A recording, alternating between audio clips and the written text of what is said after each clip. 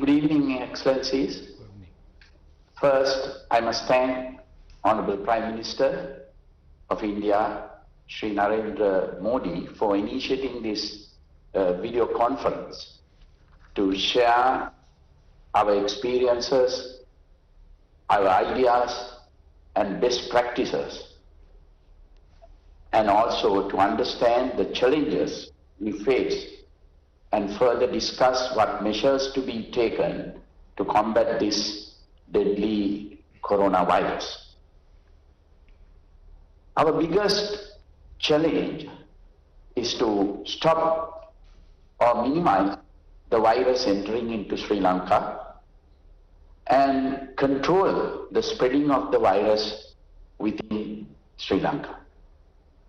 For this purpose, we have banned tourists and other people entering Sri Lanka, especially from EU countries and also South Korea, Iran.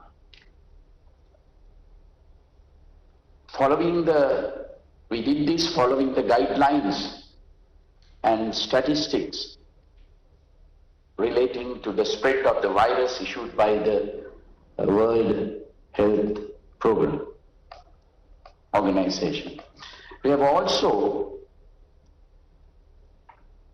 taken steps because we have a large number of Sri Lankans working especially in Italy and South Korea. We cannot stop our Sri Lankans coming back to their home country. We have therefore taken all steps to subject those returning to Sri Lanka to a 14-day quarantine period in selected quarantine centers. As it is important to restrict social gatherings, we have advanced the usual April school holidays to commence from 11th March.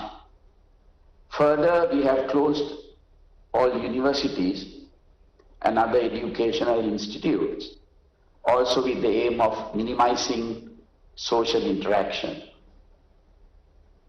Our first case was reported in Sri Lanka was a Chinese lady tourist who since has been cured and already left Sri Lanka. The first Sri Lankan to be infected was a tour guide who had contracted the virus from a few Italian tourists who have already left the country. At present, we have 11 cases being treated in the hospital. There have been no deaths reported so far. We have a specialized infectious diseases hospital, IDH, close to the city, Colombo, with intensive care facilities. This hospital has successfully treated even the first case reported. In all other hospitals designated to treat any suspected cases or coronavirus cases, proper personal protective equipment is used. We have also requested those who show flu symptoms to seek urgent medical attention and also self-quarantine themselves. Close associates of these persons showing any flu symptoms have also been strongly advised to be subject to self-quarantine. The area police and the public health inspectors are closely monitoring the progress of the suspected patients. Public health inspectors undertake daily visits to check on these persons who are self-quarantined. We have also established a national task force comprising all major stakeholders with the power and authority to take crucial decisions have been set up and meet on daily basis with close and constant monitoring of all aspects relating to the spread of this deadly virus. A 24/7 office with hotlines has been established to coordinate all activities related to battling the spread of the virus, quarantine and testing and treatment of suspected and confirmed cases.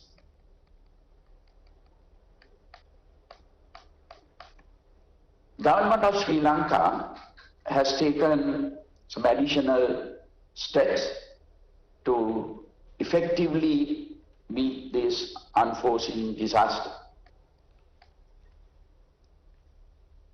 The Department of Health started giving out health warnings and advice on precautionary measures needed to be followed for prevention of the spread of the virus. This is done through mass media, presidential media division, press briefings, press bulletins, etc. General public were educated not to go for panic buying of face masks, hand sanitizers, etc. This was quite effective. 12 hospitals were declared as suitable for caring of possible coronavirus affected cases across the country. Managing of stocks of personal protective equipment such as masks, gloves, sanitizers and other medical items required for treatment of patients also started. Since the high risk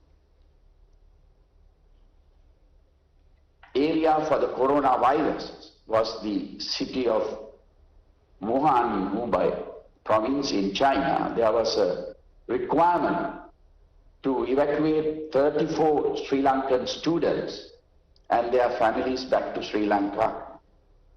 This was done by the national carrier Sri Lanka Airlines, which flew from Colombo to Wuhan and back to Colombo with all 34 passengers. These 34 students on arrival were immediately quarantined by the Sri Lanka Air Force before they were taken to a military facility in the Central Hills for quarantine for 14 days under the supervision of the Army medical team. None of them contracted the virus and all were sent home on completion of the 14 days quarantine period. At the same time, another 750 Sri Lankans were studying in various universities in different provinces of China and the government facilities. They were returned back to Sri Lanka. These students were instructed to be in self-quarantine for 14 days under the supervision and monitoring by local health authorities. As you know, probably that our parliament has been dissolved on 2nd March and the general elections will be held on 25th April. So the nominations are being accepted from 12th March up to 19th March. Therefore, we had to take precautions to discourage large meetings, large gatherings. But the elections will be held as planned. When the World Health Organization, WHO, declared COVID-19 pandemic and indicated that fundamental public health interventions can still limit the spread of the virus and drive down cases even where it was transmitting widely. Advisories were issued for travelers and precautionary measures were taken by limiting travel overseas of Sri Lankans unless it is essential to do so. Almost all major sporting events, international conferences, meetings, large gatherings have been postponed or cancelled. All schools, universities and other educational establishments, including preschools throughout the country, has been closed for particular periods ranging from 2 weeks to 6 weeks.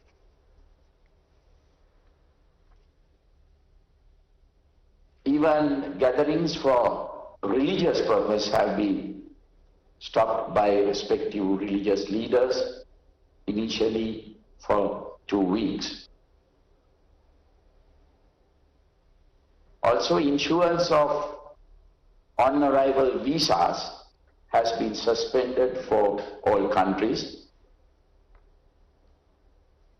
Travel advisories sent to airlines not to uplift passengers from several countries, mostly from EU countries. Travel advisories also sent that any passenger coming from countries which we have defined will be quarantined for 14 days in Sri Lanka. Sanitizing of public transport also commenced from 2 days back. So because of these reasons, our economy has taken a severe blow due to the coronavirus, particularly in tourism. Most of our tourists are from Italy, Germany and other EU countries. And now there is a ban on their coming. Our tourist industry was just recovering after last year's April 21st terrorist attack. Our exports are also adversely affected.